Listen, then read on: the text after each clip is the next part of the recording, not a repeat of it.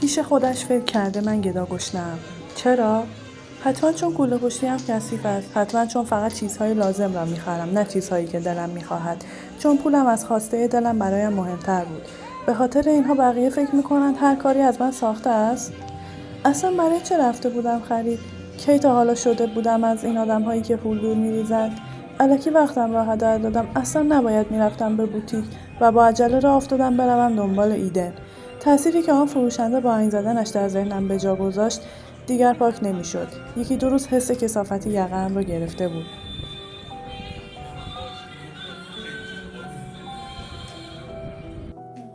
خب تکه‌ای از کتابی که براتون خوندم کتاب شرم هستش به نویسندگی خانم مکن نورمن که کتاب اولشون هستش، حالا چاپ کردن و کتابیه که راجع به یه خانومی هستش که هم مامانه، هم دنبال هویت خودشه، هم یه کارایی رو انجام میده ولی به نظر خودش موفق نیستش، هم همسر و یه همسر موفقی هم داره. این آدم خیلی حس بدی به خودش پیدا میکنه و موقعی که ما باهاش مواجه میشیم داره سوار ماشین میشه، خونه زندگیشو ول کرده، بچه‌اشو ول کرده، داره میره نیویورک که اون آدم مورد نظرش رو که الان توضیح بهتون میدم کیه رو مثلا ملاقات کنه. داستان از این قراره که نقش اولمون آلما با این مقایسه ها داخل ذهنش و نارضایتی از زندگی داره که کیه، چیه، از زندگی چی میخواد و حالا میخواد به کجا برسه، در حالی که حالا همسرش یه آدم خیلی موفقی هستش روبرو میشیم تا اینکه آلما با یک آدمی رو میبینه داخل سوشال مدیا که ورژن موفق‌تر، شجاع‌تر، بی‌نقص‌تر، زیباتر خودش هستش و شروع میکنه یه داستانی رو حالا داخل همسرش پرورش دادن و همین که نوشتن این که خودش رو مدام با این آدم مقایسه میکنه، مدام با این آدم در تکاپو هستش داخل ذهنش، اینکه اگر الان سلست اینجا بود، به چه اسمش سلست هستش، چه رفتاری داشت و اگر تو این موقعیت بود چیکار میکرد. دچار وسواسی میشه که مدام شبکه‌های اجتماعی این آدم رو چک میکنه، مدام منتظر پست گذاشتنشون هستش و اعتیاد پیدا میکنه به این آدم. کار به جایی میرسه که همونجور که اولش گفتم پا میشه میره نیویورک، میخواد که این آدم رو ببینه، از نزدیک ببینه که چه شکلیه، چه جوریه و آیا همون آدمی هستش که توی ذهنش هست. به نظر من این کتاب روایت ماست، روایت عصر حاضریه که یه دمون پشت دوربین داریم یه قسمت هایی از زندگیمون رو که دوست داریم نشونه بقیه میدیم و یه عده هم از اون ور دوربین دارن قسمت های ایدئالی که ما انتخاب کردیم نشون آدم ها بدیم رو دارن نگاه میکنن و دچار این مقایسه میشن و این مقایسه میتونه خیلی تخریبگر و نابود کننده باشه.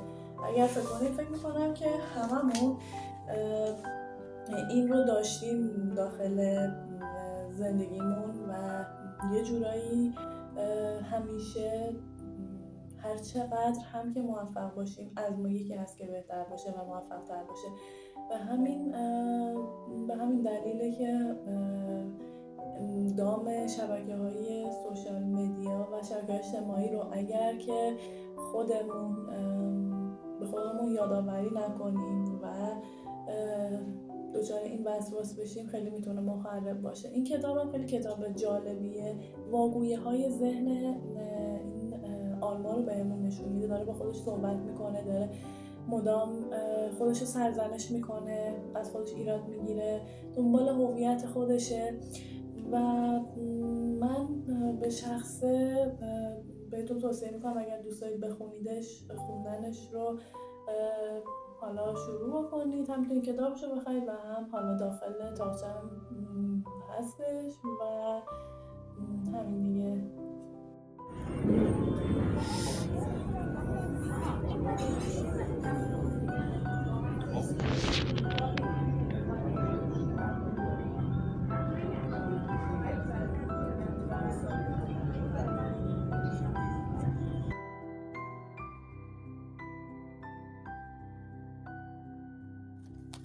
تا حالا شده بزنید به سیم آخر؟ آن هم فقط برای اینکه ببینید به سیم آخر زدن چه حالی دارد، برای اینکه ببینید اصلا به قیافهتان میآید از این کارها بکنید، برای اینکه نتیجه کارتان را بگذارید جلوی چشمتان و حس کنید مسئول این کارها خودتانید و بس، و بعد هم با خودتان بگویید هرچه باداباد. فقط برای اینکه با سرنوشتتان در بیفتید در ماشین را باز میکنید تا باد دامنتان را از لای در بدزدد؟ مثل آن دختر کشیش داخل فیلم که اجازه نداشت مثل بقیه بچه‌ها به مجلس رقص برود.